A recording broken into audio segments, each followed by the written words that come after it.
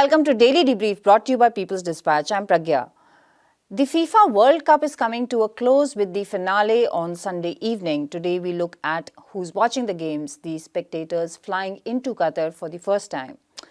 Next, ongoing protests in Bangladesh are proving a challenge for the Sheikh Hasina government. We look at the emerging economic crisis that has angered people and the politics over it. And Japan's overhauled defense strategy and territorial claims have triggered a debate in its vicinity. The military buildup in Japan has been a cause of concern for some time. Who is watching the FIFA World Cup and what is the significance of those who decide to stay on until Sunday's final or arrive for them? Argentina has a massive fan following rooting for the team in Qatar. But what will the opposite aisles look like when Argentina faces France on Sunday? We talk about clubs and crowds in big games with Siddhant Ane. Siddhant, good to have you back on the show. Siddhant, can you tell us about the mood and what the general scenario with the crowds in Qatar is right now? Yeah, the mood is mixed, Pragya. It's like, so there's been a new, with like each successive round in the knockouts, there's been a new wave of energy and people coming in, as their teams are doing better. Who these people are who have the resources to just fly in for a World Cup final, we can perhaps get into a little bit later on the show. But these are the very people for whom the sport is now designed and put up, and this entire spectacle is orchestrated at such a grand scale with all the expense that we've talked about often on Newsleak and People's Dispatch. Over $200 million, a billion, sorry, dollars have gone into the staging of the World Cup, which has, like we were also mentioning earlier, from an organizational perspective, gone off really well. But what is going to be the larger legacy of such a large expenditure, show, etc., engagement from a Qatari side in soft power diplomacy? All of those things, I think now can be where the focus shifts.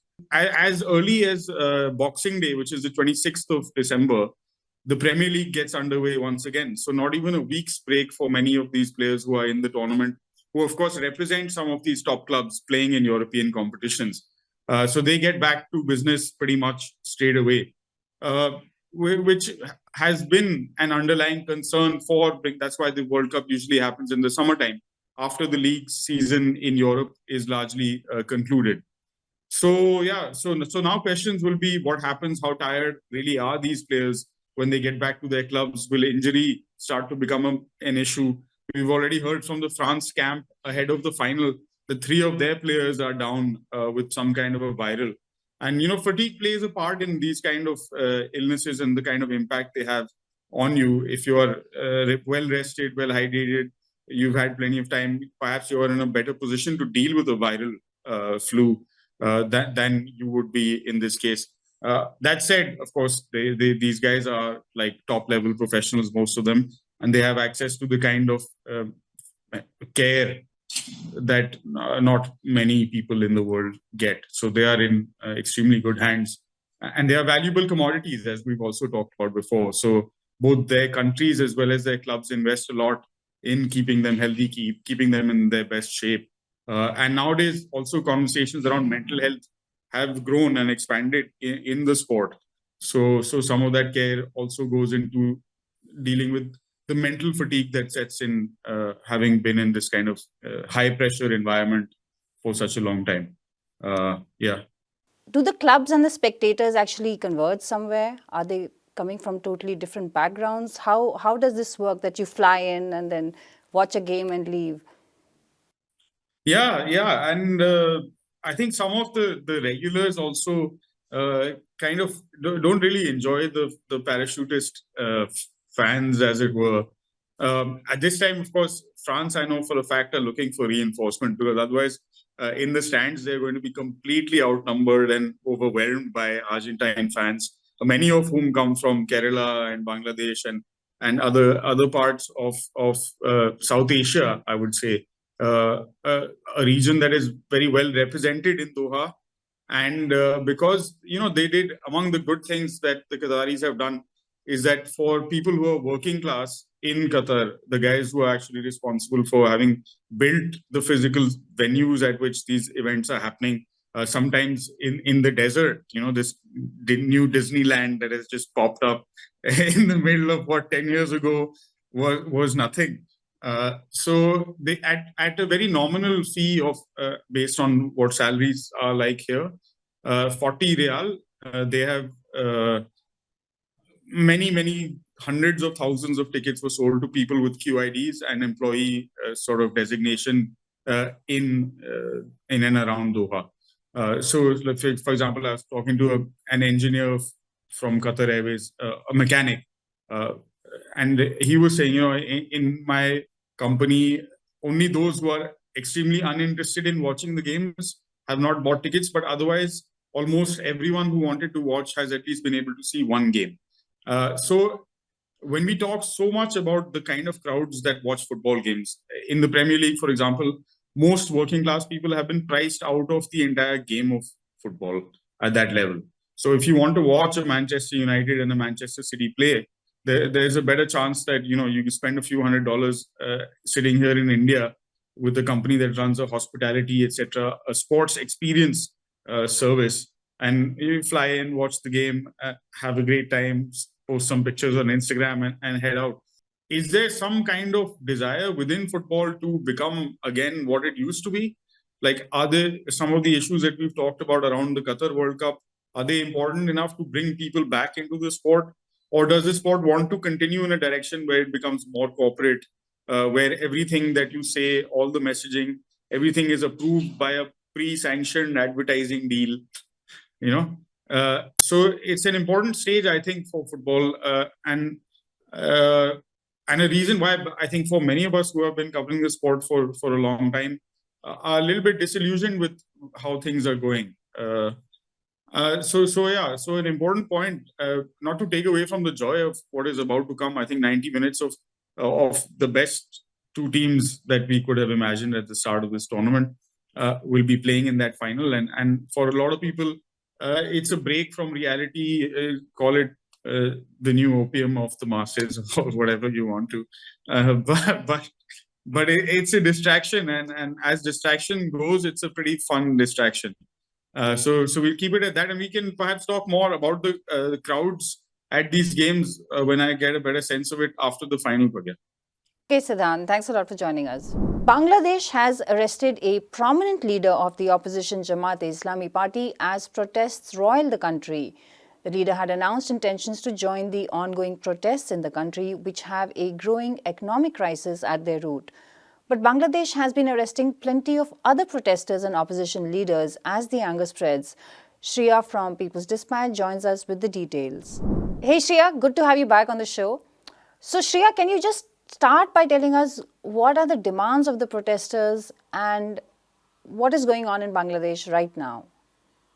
Right. Thank you, Pragya. So I'll go back to a week earlier when on 10th December there was a massive rally in Dhaka. The rally was organized by the opposition, that's a BNP party in Bangladesh. And what followed was a lot of violence and a lot of repression from the government side that's being headed by the Awami League in Bangladesh. And what the demands of the protesters, coming back to your question, these protesters were mostly BNP supporters. The BNP and the aligned forces with BNP, they form the right wing in Bangladesh. They are also known as the anti-liberation forces from the 1971 war of independence in Bangladesh. So these were mostly BNP supporters, and they were not so much joined by the common people. To give you an idea of the composition of this rally, and BNP has been holding rallies across the country because this is a crucial political situation in the country since elections are due next year in December. So similar such rallies have been taking place, but Dhaka rally got more attention because of the violence and the events that followed. So what the protesters at this rally were demanding was that Sheikh Hasina government resign, and Sheikh Hasina, who's the current prime minister, she steps down, and a neutral caretaker government takes over and runs the country. The problems of what the protesters wanted to convey were that obviously this is an incumbent government. It has been in power since 2009, has won 3 consecutive elections, and an anti-incumbency feeling or a sentiment is a natural consequence of something like this. But an interesting aspect of this was that uh, recently Western embassies, they issued a statement. They issued to Bangladesh, they're calling for fair elections.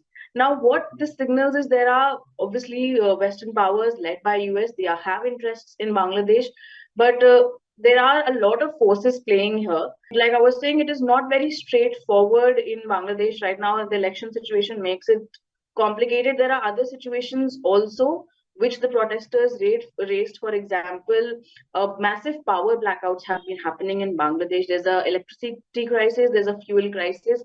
On August 5th this year, there was nearly a 50% or a 40% rise in fuel prices, and many protests followed across the country. After that, the government raised the fuel prices.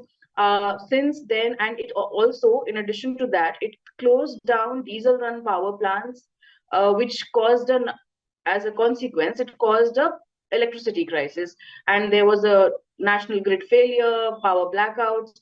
So it's not like it's just the opposition that's mobilizing, but it's mobilizing on these common issues and essential commodities that the people in Bangladesh are feeling deprived of. That is one thing. And similarly, you have mentioned that Bangladesh is going through an economic crisis. There are problems. Inflation is in double digits, as well as there was an IMF. So Bangladesh went to IMF and it got a loan of 4.5 billion. And becoming the third country in South Asia. So all of this signals that things are not right in Bangladesh. Shreya, and I'd also be interested to know what has been the response of the government to the protests so far. Yeah, so what we have to understand is that Awami League, some factors play in the favor of Awami League, because Sheikh Hasina, first of all, is the daughter of Mujibur Rahman, the founding father of the nation. Awami League has been in power for 3 consecutive elections. It has been in power for a long time. Like the rest of Shafiqur Rahman, many other opposition activists, political party members, BNP's activists, they have been arrested, and this is a part of the crackdown that the government in power. So it's not just Awami League. I would like to clarify that is in power. It's a 14-party alliance, and the government in power has responded what one would call with a stiff hand. It's not going to put its foot down, and it is actually putting its foot down. It is trying to reject all the demands of the protesters that have been going on for the year, and so many arrests, the use of state militia, police brutality, all of them may eventually prove to be catastrophic in the next year election, because the picture then that's painted in front of the people may not be so nice. Right, Shreya. Thanks for joining us with that update. Japan's cabinet approved documents that signal a defense overhaul on Friday, triggering anxiety in the region. The plan is to spend 2% of GDP on the military, a significant uptick for the country. The growing spending on weapons has been sold domestically as a challenge to rising China and conflict in Europe. But Japan's renewed claim over an island group has also upset South Korea. Let us go over to Anish from People's Dispatch, who has been following changes in Japan's strategy.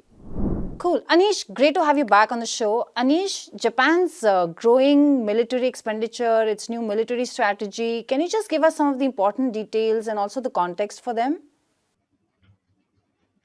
Well, as we have spoken about this in the show as well, this is especially coming at a time when there is like a very clear anti-China inclination for some of the conservative governments in East Asia, or more rather like pro-US governments in East Asia that have been taking a very strongly, very belligerently,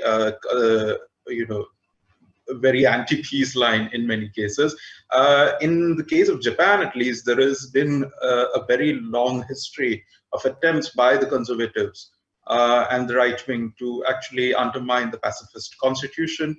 So this new development is something that people have been kind of sort of waiting for, because it was around the corner in many ways, especially after Kishida took over the prime ministership, because he belongs to that one faction that is within the ruling party, the LDP, which actually advocates for not only overturning the pacifist constitution, which which actually forsakes Japan's sovereign right to declare war on any country.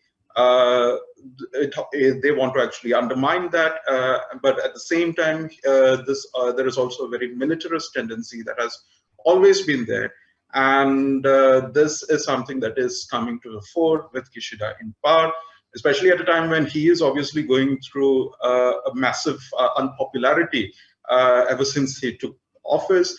Ever since links with the Unification Church was revealed, with and the ruling party was revealed, and so all of these factors, and also obviously his performance as a prime minister on the economic front, especially with the rising cost of living and all other sort of crisis that is coming up, has not performed very well. So obviously, just warmongering is now becoming his main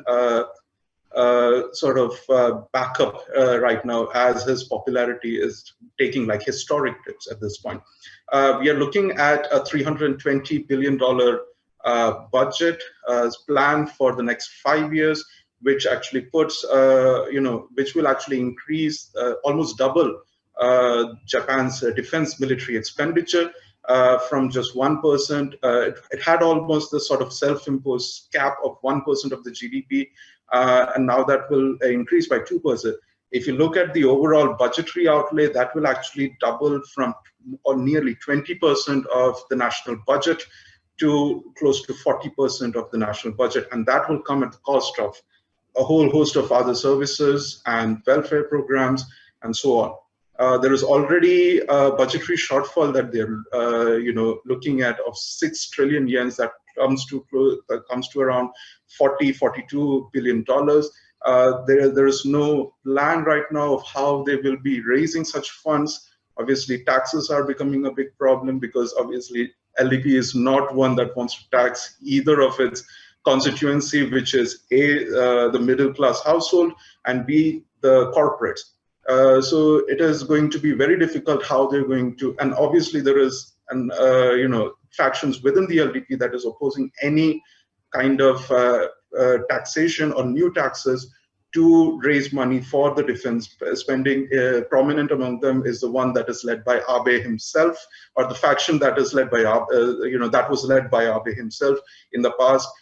Is actually going against it, which is ironic considering he himself was quite pro-militarism and anti-pacifism in the past. So this is bringing up a whole host of fault lines within the Japanese system itself, and it will also be bringing up fault lines with its neighbors right now. So Anish, that's what I was about to ask you actually, how people in the neighborhood have responded to Japan's intent to spend more on the military.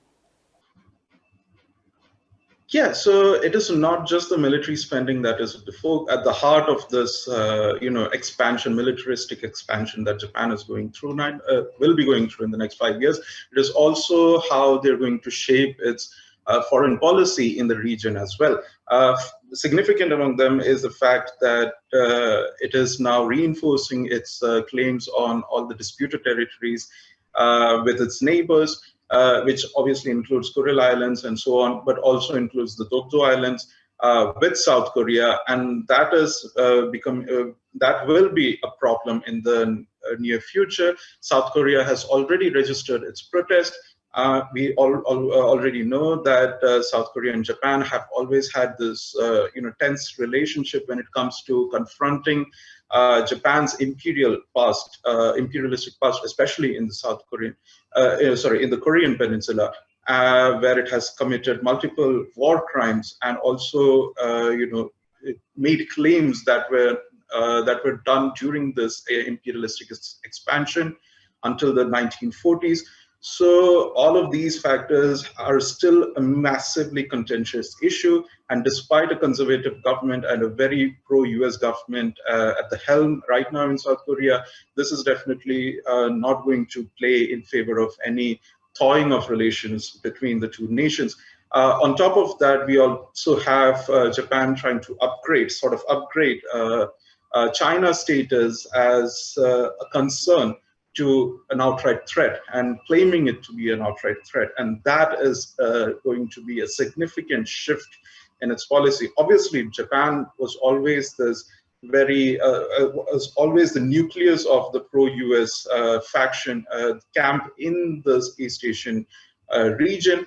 But right now, it always tried to play both sides in many ways, because it still has extensive trade relations with China, and that jeopardizing that with trying to categorize China as a threat is going to be a big problem in the coming future. So we're looking at a very confrontational foreign policy in the coming days. It's not just expanded military spending that we're looking at. It is sort of like a very belligerent foreign policy coming from Japan in the next 5 years.